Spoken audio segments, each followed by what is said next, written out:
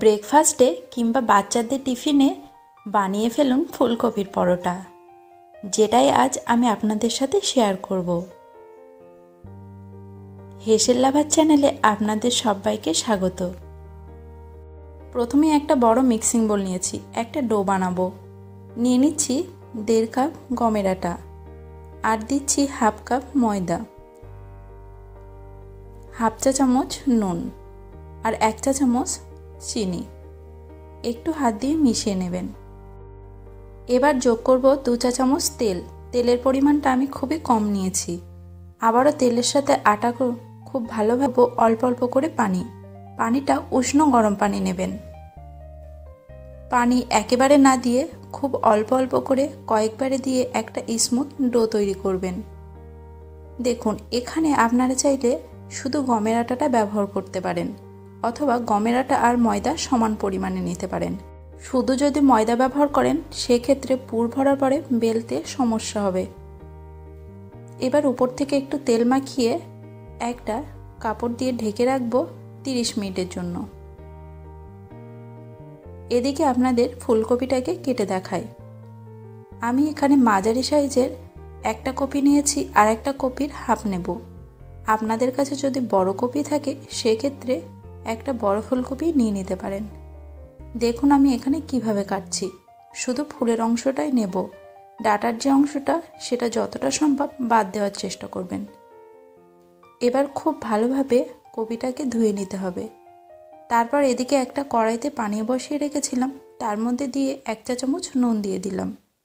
এবার ঢাকা দিয়ে রাখবো 10 থেকে 15 মিনিটের জন্য, যতক্ষণ না কপিটা সিদ্ধ হয়।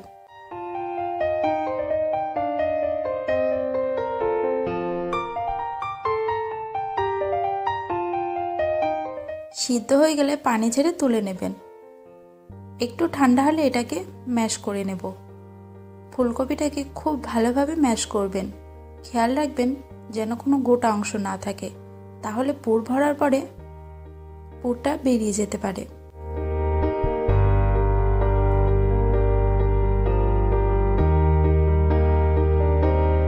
এবার কপির জন্য পুরটা তৈরি করে নেব। একটা কড়াইতে দিয়ে দিচ্ছি 3 টেবিল চামচ রান্নার তেল, 1/2 চা চামচ হিং দিলাম। একটু নাড়াচাড়া করে নেবেন।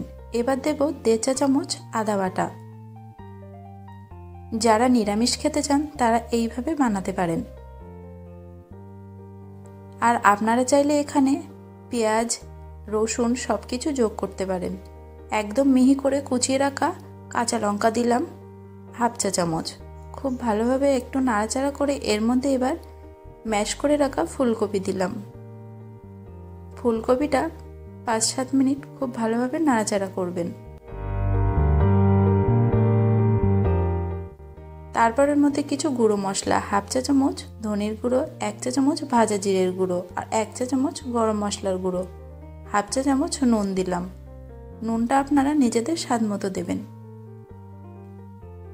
আবারও খুব ভালোভাবে মেশাতে থাকবেন। এবার দিচ্ছি 2 চা চামচ চিনি। এই কপির পুরটা ততক্ষণই রান্না করতে থাকবেন যতক্ষণ না কড়ার গা থেকে ছেড়ে ছেড়ে আসে এবং সুন্দর একটা আঠালো পুর তৈরি হয়। মোটামুটি 10 থেকে 15 মিনিট মতো মিডিয়াম টু হাই ফ্লেমে এটাকে রান্না করবেন।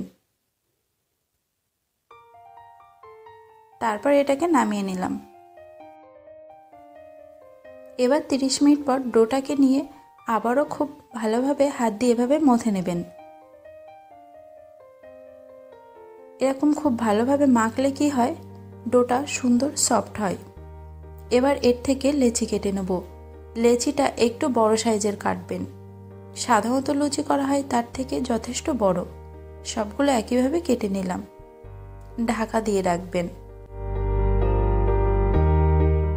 এবার একটা লেচি নিয়ে আপনাদেরকে পুর ভরে বেলে দেখাবো। হাত দিয়ে একটু গোল করে নিলাম।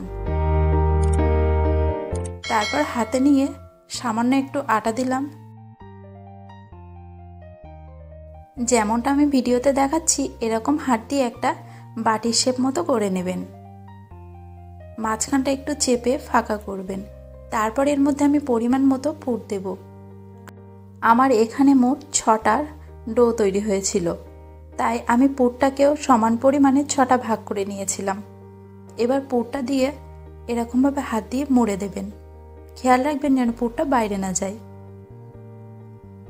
হাত দিয়ে মুখটাকে খুব ভালোভাবে সিল করে দেবেন। এই একই প্রসেসে আমি বাকি 6টাও বানিয়ে নেব। প্রথমে পুর ভরে আমি গোল করে রাখবো, পরে এগুলোকে বেলবো। সবকটা একইভাবে তৈরি করে নিলাম। এবার আপনাদেরকে বেলে দেখাই। হাত দিয়ে এভাবে একটু চেপে চেপে যতটা বড় করা যায় করে নেবেন, তাহলে বেলতে সুবিধা হবে। একটু হাতে আটা নিয়ে নেবেন। খুব আলতো হাতে বেলবেন, খুব বেশি চাপ দেবেন না, তাহলে পুরটা বেরিয়ে যাবে। আর বেলার কাজটাও খুব বেশি পাতলা করবেন না, মোটামুটি একটু মিডিয়াম মতো পুরো রাখবেন। একটা গরম তাওয়ায় দিয়ে দিচ্ছি। এপিট ওপিট করে কিছুক্ষণ ছেঁকে নেবেন। প্রথমে আমি সব পরোটাগুলোকে শুকনো ছেঁকে নেব, তারপর তেলে ভাজবো। কয়েক মিনিট এভাবে এপিট ওপিট করে ছেঁকে নেবেন। দেখুন তাওয়াটা একটু একটা কাপড়ের সাহায্যে মুছে নেবেন, কারণ যেহেতু পরোটাগুলোকে আটা দিয়ে বেলেছি সেই জন্য। সবগুলো একইভাবে আমি ছেঁকে নিয়েছি। একটা তাওয়ায় এবার দিয়ে দিচ্ছি 2 টেবিল চামচ তেল। আপনারা চাইলে বাটার অথবা ঘিও ব্যবহার করতে পারেন। এবার শুকনো ছেঁকে নেওয়া পরোটাগুলোকে আমি তেলে ভেজে নেব। কিছুক্ষণ সময় নিয়ে এভাবে ভালো করে ছেঁকে নেবেন। সাইডটা এরকম ঘুরিয়ে ঘুরিয়ে দেবেন, তাহলে কি হবে, সব সাইডটা সমানভাবে ভাজা হবে। এই সময় গ্যাসের আঁচ মিডিয়াম রাখবেন। দেখবেন পরোটাগুলো খুব সুন্দর এভাবে ফুলে যাচ্ছে। কিছুটা সময় নিয়ে তেলে ভালোভাবে ছেঁকে নেবেন।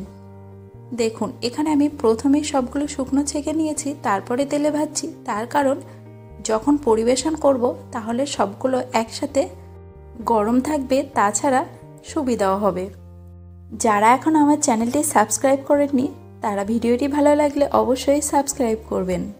এটাকে পরিবেশন করুন যে কোনো চাটনি অথবা রায়তা। ভিডিওটিতে লাইক করবেন আর শেয়ার করবেন। দেখা হবে পরবর্তী ভিডিওতে।